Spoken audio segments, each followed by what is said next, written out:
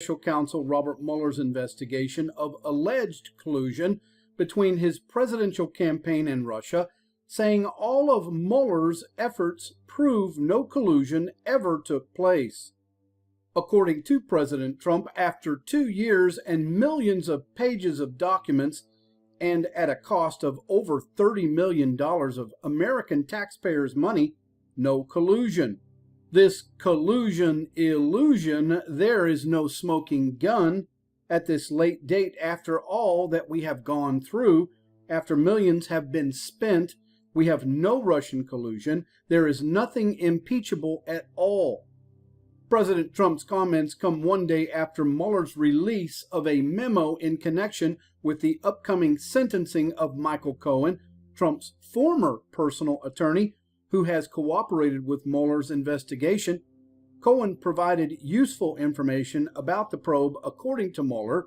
In Cohen's specific document, Mueller said that Cohen was involved in conversations pertaining to possible meetings between then-candidate Trump and Russian officials, including Russian leader Vladimir Putin. You noticed I said pertaining to possible meetings. There's never really any evidence, ladies and gentlemen. It's always just conjecture. According to Robert Mueller, contact between Cohen and a Russian official did take place on November of 2015. On the other side of Washington, D.C., always and also attacking President Trump, the FBI had not verified any of the claims in a dossier alleging that there were connections between the Trump campaign and Russia before it began investigating the campaign. Former FBI Director James Comey admitted this week. Comey was questioned behind closed doors by the House Judiciary Committee again and House Government Oversight Committee. The dossier was conveniently used by the FBI as its evidence that it needed to conduct surveillance on former Trump campaign advisor Carter Page.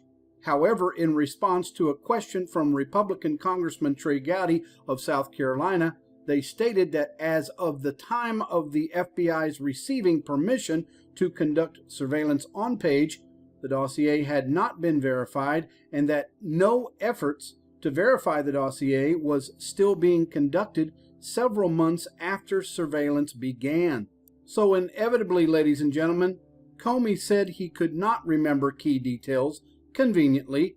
For example, according to the transcript, Comey could not recall how Christopher Steele, who compiled the dossier, gave it to the FBI in the first place. Comey's statement verified that he had some recollection that he had passed it on to an agent that he knew and that the agent sent it to the headquarters. I think that's the way in which it reached the counterintelligence division, but I don't remember the specifics on that, unquote. Inevitably, the transcript shows that Gowdy became increasingly frustrated with Comey's responses, finally asking, "I'm going to ask you whether hearsay is ordinarily admissible in court or not." "Is it a quiz?" Comey replied. "It's just utterly ridiculous, ladies and gentlemen." Bombshell of epic proportions. Robert Mueller finally revealing some of his evidence and findings against Michael Cohen and Paul Manafort, and clearly implicating the president. It was, according to Trump defenders, basically a dud. Hush money payments involving alleged affairs, but very little material on Russian collusion. And Donald Trump's reaction? Totally clears the president. Thank you. Earlier, there'd been a day-long media buildup until prosecutors finally filed their sentencing memo for Mike Flynn, and you could see the sense of deflation when there were no new revelations, and Robert Mueller said the ex-National Security Advisor shouldn't go to jail. Like everybody else, I was frustrated and sort of said, really, when I first looked at it, because it's so redacted. The frustrating part of this, for those of us who are interested in the case, is that the core of his cooperation is blacked out. I think this is a big zero. I think this Mueller thing and what they did to Flynn is disgusting. Joining us now to analyze the coverage, Molly Hemingway, senior editor at The Federalist and a Fox News contributor. Sarah Fisher, media reporter for Axios. and Richard Fowler, a radio talk show host and also a Fox News contributor. Molly, we learned a few new details from these sentencing memos, such as that Michael Cohen was contacted by a Russian national in 2015 who said he could offer political synergy at the government level and wanted to set up a Trump-Putin meeting, which of course didn't happen.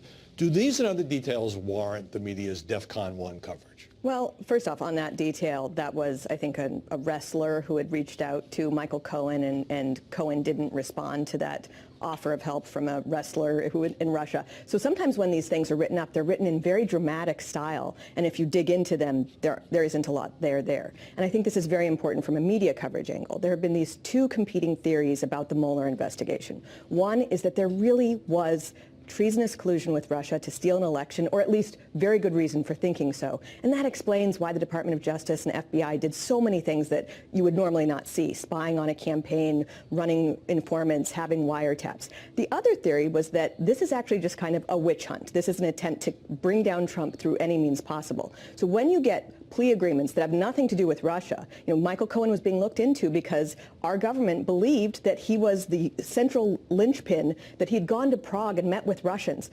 Nothing in these documents say any of that thing. So when you have this, when you have the evidence supporting this other theory, that this isn't a legitimate investigation but just a political means to get rid of Trump, I think that needs to be part of the conversation as well. Richard, there were two prosecution memos on Cohen. The Mueller's office called for leniency, but the Manhattan U.S. Attorney's Office called for a substantial jail term and said that Trump directed the hush money payments to Stormy Daniels and Karen McDougal before the election to cover that up, and that's damaging. But based on Michael Cohen's account, didn't everyone in America basically know that?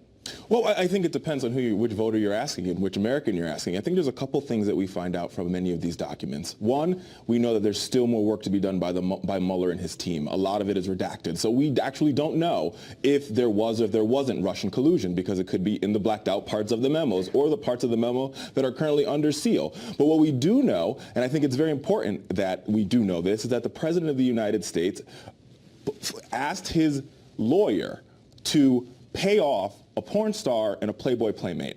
And for a party that, says that they have the moral high ground, that is problematic, and I think it is important for the media to cover that. I agree that it's important. We've covered it all along, not as a tabloid story, but as a money trail story. But it's not Russian collusion. Let me just ask you this, Sarah, before we move on, because there's been nonstop coverage of all this Mueller stuff this week. What got lost is that Trump nominated William Barr, President Bush 41's Attorney General, to come back and run the Justice Department. Given all the criticism of the acting Attorney General, Matt Whitaker, who had criticized Mueller, I don't see the press giving Trump a whole lot of credit for picking a guy who's well qualified and not a crony. Who's lauded by Washington officials as someone who can be trusted in this position. I think that it's been largely skipped over because it's not the biggest and most controversial story of the week. Or does it not support the media narrative that Trump is trying to squelch the Mueller and undermine the investigation? Exactly right. So let's turn to the media coverage of the Paul Manafort memo. It says that the prosecutors say Manafort told repeated and discernible lies, even while he was supposedly cooperating with the special counsel's office, and including about a meeting with a business colleague in Ukraine said to have ties to Russian intelligence. Is that a significant story? I'm not sure, and I mean, Paul Manafort has his own trouble, and he seems to have made poor decisions while he's under surveillance. He's got credibility problems, to say the least. Again, this is another one of these people who's supposed to be a central figure that shows us that there was this collusion between Russia and Trump to steal the election that rightly belonged to Hillary Clinton. Right. He's been investigated to an inch of his life, and we still don't have any evidence of Russia collusion. Some people are willing to wait for years, decades, whatever it takes, but other people might think, gee, this really doesn't seem like they really had legitimate reason to be worried about Russia collusion. Right. There was nothing. There was an interesting story this week that came out of CNN where some of the principals involved in setting up the special counsel, they say they didn't believe there was Russia collusion. By that point, they knew that wasn't true. But they were seeking to rein in the president. That is a very surprising admission, and that is very problematic for people who want to have the Russia collusion investigation have credibility. Richard, particularly in the case of Mike Flynn, the former national security advisor, but others too, what do you make of some conservative commentators, including here on Fox, saying, well, lying to investigators is basically a process crime, there's no underlying crime, and therefore it's not that big a deal? Well, so in the Mike Flynn case in particular, I think he has to be held to a higher standard for a couple of reasons. Number one, he was a 3-star general. Number two, he had the job, and he was going for the job to be the national security advisor to the President of the United States of America, which is one of the highest positions in our government. And not only did he lie to the FBI, but he also lied to the Vice President. So it's disheartening to me. He did a whole lot of lying. Yeah, but it's disheartening to me to see conservative commentators defend somebody and say, oh, it's a mistake, when he lied to the person, to our Vice President and the President. That's problematic, and he belongs behind bars for that. And it might have been different if this had been Democrats accused of lying. I think if it was a Democrat, they'd belong behind bars too. It's a big deal to me because it's at the heart of our law enforcement system. People should not lie to federal authorities. That's absolutely true. It is also true that the investigation itself produced these crimes. Here's another crime that happened related to Mike Flynn. Someone in the Obama administration made a criminal leak of that phone call. I don't even know if it's been investigated. Certainly no one has been held accountable. That was one of the 3 leaks of information that really set up the Russia hysteria that a lot of people fell for. None of them have been investigated. Nobody's been held accountable. I'm going to push back on that point for a second. I mean, just to say that if it weren't for this investigation, then he wouldn't have committed a crime, he just shouldn't have committed the crime. Thank you. That's true. But if the investigation is producing its own crimes, that's not very American. So, but a lot of people, go ahead. People are expecting, people were promised treasonous collusion with Russia. They're not getting anything. But Molly, here's the point. The point is, it's not that he called the ambassador, it's the fact that he chose to lie about calling the ambassador that makes it problematic. That's not true. When it was first reported, David Ignatius at the Washington Post... We can debate about the Logan Act all we want to, but why would you cover it up? When it was he covered it up. Right. Michael Cohen covered it up. Have you guys take this outside. I did find it fascinating. We played those clips earlier about how depressed and deflated some of the commentators, particularly on MSNBC, looked on the Flynn business. So John Kelly, I mean, it seems like there've been a year of stories. He's out the door. He's toast. He's a dead man walking. Well, yesterday, President Trump confirmed the latest round of stories. The general will be leaving as White House Chief of Staff this month. Let me read to you from Washington Post News story, Molly. How much difference can any White House Chief of Staff make with the headstrong, impulsive, and mercurial president who often governs by impulse and tweet, is uninterested in reading lengthy briefings, and is happiest at his raucous rallies? So according to that, it doesn't matter who's Chief of Staff. Was that a news story or an opinion? Yeah, it was, actually. That's a surprising amount of opinion for a news story. But this is one of these things that people have been so interested in when Kelly is going to depart. We've heard this dozens of times, and now apparently it's finally happening. And like a stopped clock, sometimes it ends up being It right. feels kind of anticlimactic because his demise, his professional demise, has been predicted so many times. And of course, it was only over the summer that the president came out and said he will be staying through 2020. And we all said, well, yeah, maybe. I mean, this is a guy who was fired so many times in the press, but clearly their relationship had deteriorated. And that's why it doesn't feel as dramatic to me as it would otherwise. No, I don't think it's dramatic at all. I think the president does have the ability to pick his chief of staff. I think it's ironic that if you looked at some tweets from 8 years ago, in the third year of Obama's term, President Trump criticized Obama for having 3 chief of staffs 3 years in. It looks a little different when you're behind the big desk. And Sarah, let's close with this New York Times story, an investigative piece on 2 women, let's put them up on the screen, who worked at the president's golf club in Bedminster, New Jersey. They both say that they are illegal immigrants. One said she made his bed, she cleaned his clothes, that he was kind and gave her a $100 tip on occasion, but that she was offended by his anti-immigrant rhetoric. Is that story big enough? Is it fair game?